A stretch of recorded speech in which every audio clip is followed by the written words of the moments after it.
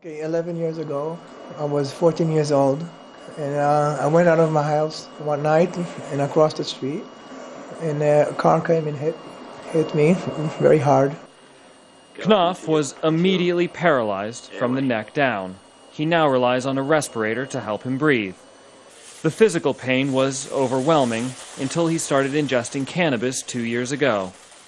For years prior, doctors worked on a medication regimen, but it was the medication itself that was making him worse. Most of the suffer came from the side effects. So many side effects that the drugs have. It's unbelievable. Which is why people like Dr. Raphael Machulam have dedicated their lives to isolating the compounds inside cannabis that have medical uses. THC is actually very valuable in quite a lot of diseases. For example, THC together with cannabidiol, it is used in rheumatoid arthritis and many other inflammatory diseases. So it can be used and it should be used. Machulam, more than 40 years ago, was the man who discovered THC, launching the medical community into a new direction. His lab to this day still works on separating compounds, providing more options to patients. Not everyone can smoke the drug.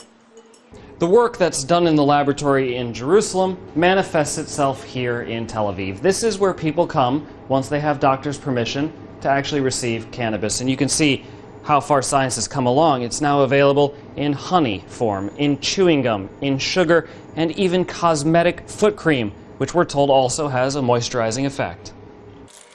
The work of scientists in Israel is able to satisfy Jewish religious practices. On the Jewish Sabbath, one is forbidden to use fire, so smoking is not an option. They have it in chocolate, in sort of chocolate. They have it in cupcakes. They have it in sugar. You can add it to tea. At night, at Friday night, I use the sugar. I take a cup of tea, put 2 teaspoons of sugar. I go to sleep 8 hours. Fine, I wake up good.